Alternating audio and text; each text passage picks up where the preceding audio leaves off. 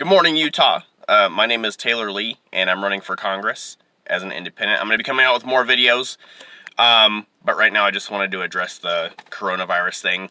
One, I'm sorry for the video being late, and two, I'm sorry that I'm doing it in my car because obviously it's been a busy last few days, and I'm at work, and you can see I picked up some flooring that was already scheduled. I'm not hoarding flooring like you guys are hoarding toilet paper, but I haven't even had time to unload my car. I was going to do the video last night, but the day before that I had worked a 14-hour shift. And yeah, and then 10 hours last night. 10 is nothing, but still. I just wanted to address the coronavirus, like I already said. And sorry for the hair. I haven't even had time to shave. Luckily I don't need to yet. So one of the biggest things that I draw my experience from as a congressman is, or what makes me qualified as a congressman, is I spent 4 years in the Marine Corps. And in the Marine Corps, I was a chemical, biological, radiological, and nuclear defense specialist. And so what that means is that I was training other Marines how to survive those types of warfare. And that includes biological agents like, one of the biggest things we discussed often was the flu, because a lot of contagious illnesses have symptoms similar to the flu. And so in the event of a biological attack, you're looking for common symptoms, right?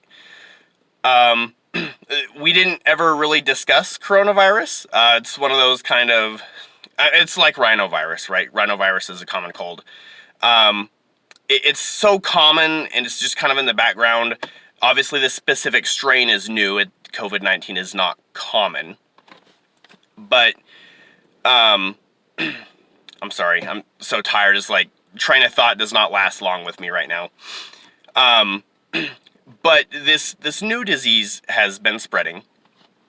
And one thing, with the travel bans that Trump is imposing, countries like Italy being on lockdown, the disease has already escaped containment, right? You're only slowing the spread. And with something like COVID-19 that's not like hyper lethal, it's got a fatality rate right now of about 3%, but we have a small sample size, a relatively small sample size. You can argue all day long that like 100,000 cases or whatever is not a small sample size, and I would agree with you. But compared to well-established diseases and patterns like the flu, the cold, 100,000 is not a very large pool to pull results from, especially where most of those cases are isolated in just a few urban areas. A few, well, not all of them are urban, but you see what I'm saying. We have quite a few cases concentrated in Southeast Asia. We have a few concentrated in Europe, and then a few sporadic cases everywhere else. The problem with that is that you're not getting a wide variety of demographics, and so you could be looking at populations, racially speaking, that are more vulnerable to the disease than others. For example, people in Africa can be more depending on where you're at, can be more resistant to malaria, for example, while Europeans are more, can be a little bit more vulnerable to it. So with that being said, it's still hard you have to take it with a grain of salt that it has a 3% fatality rate. And not only that, but it's also,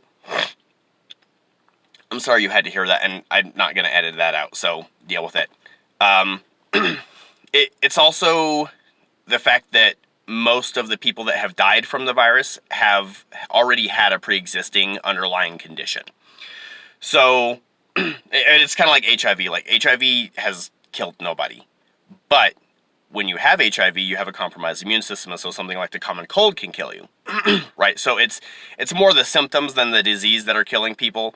And so that's something to be mindful of. But if you're my age, and here's another thing too, is kids are absolutely contagious. They carry it, but they don't really show symptoms. And that's really important to understand, because with schools being on lockdown, it could already be too late. Every kid on the Wasatch Front could already be infected, and you wouldn't know, because they don't show symptoms, and a lot of adults don't even show symptoms. So you could carry it, and a lot of people got sick a few weeks ago. It's possible that we've all already had it, or most of us have, right? But if you're older, now another thing too is that millennials and maybe Gen X and Gen Z are all locking themselves down, but the older generations, the boomers and so forth, are a little bit more resistant to the idea. Like they're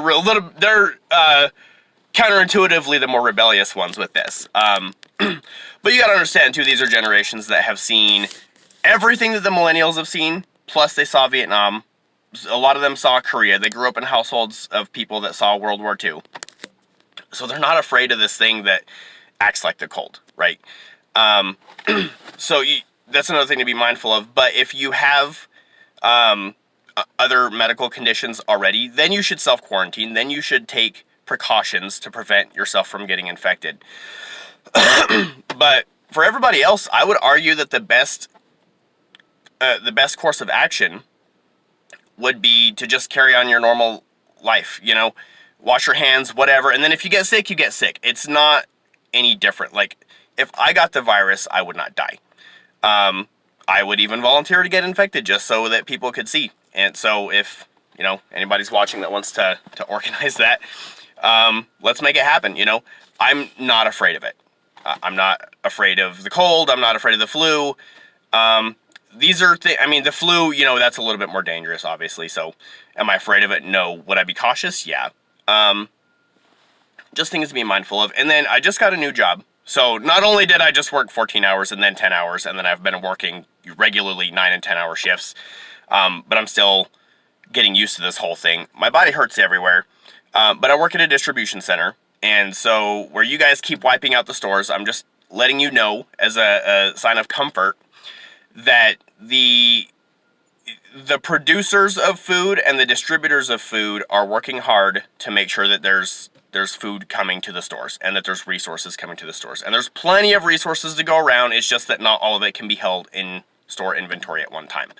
So take that with a grain of salt. You show up at 6:30 in the morning or whatever because you woke up and you want to compete and Walmart's already packed or Macy's or whatever.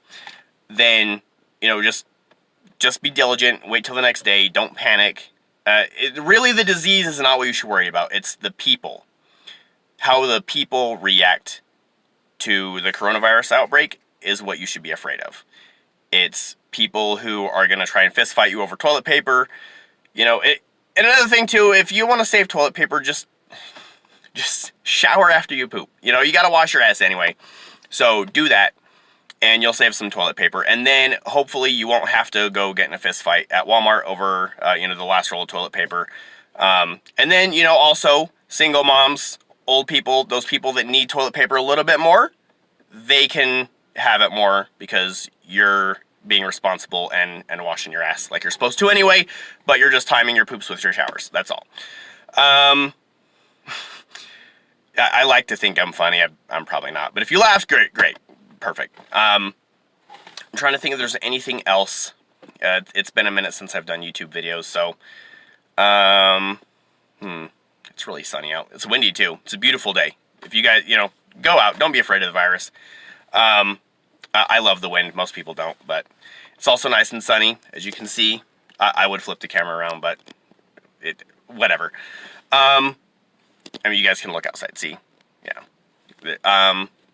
Okay, I don't think there's any other main points. Just don't panic, and worry about other people. Don't worry about the disease itself. I wouldn't say it's harmless, but it's far from the Black Death. It's far from 1918's Spanish flu. It's not Ebola. Even if it was Ebola, I still wouldn't worry about it because Ebola, that's just an entirely different thing. I'll do a different video on that eventually if you guys want it. That being said, feel free to follow me on Facebook, Taylor Lee for Congress, Utah's first CD. That stands for Congressional District. And then if you want to check out more of my ideas where they're written down, my website is taylorleeforcongress.com. I know that sounds kind of dumb with the .com on there, but whatever. Yeah, do that. And then if you ever have any questions or you want to do like a video request or whatever, message me on Facebook, message me in the comments. I love engaging with people. I love talking to people, getting everybody's input lately as I've been moving forward with running for Congress has been amazing. I've been getting, homeless people, people my age, people in my demographics, old people, rich people, poor people, people who like to party, people who like to smoke weed.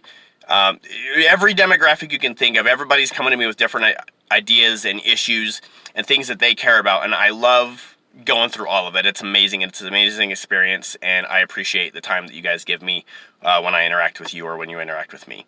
So that being said, I hope you have a lovely day, and don't forget to like, comment, and subscribe if you like what I have to say. And if you want to see me eventually shave, All right, talk to you guys later. Bye.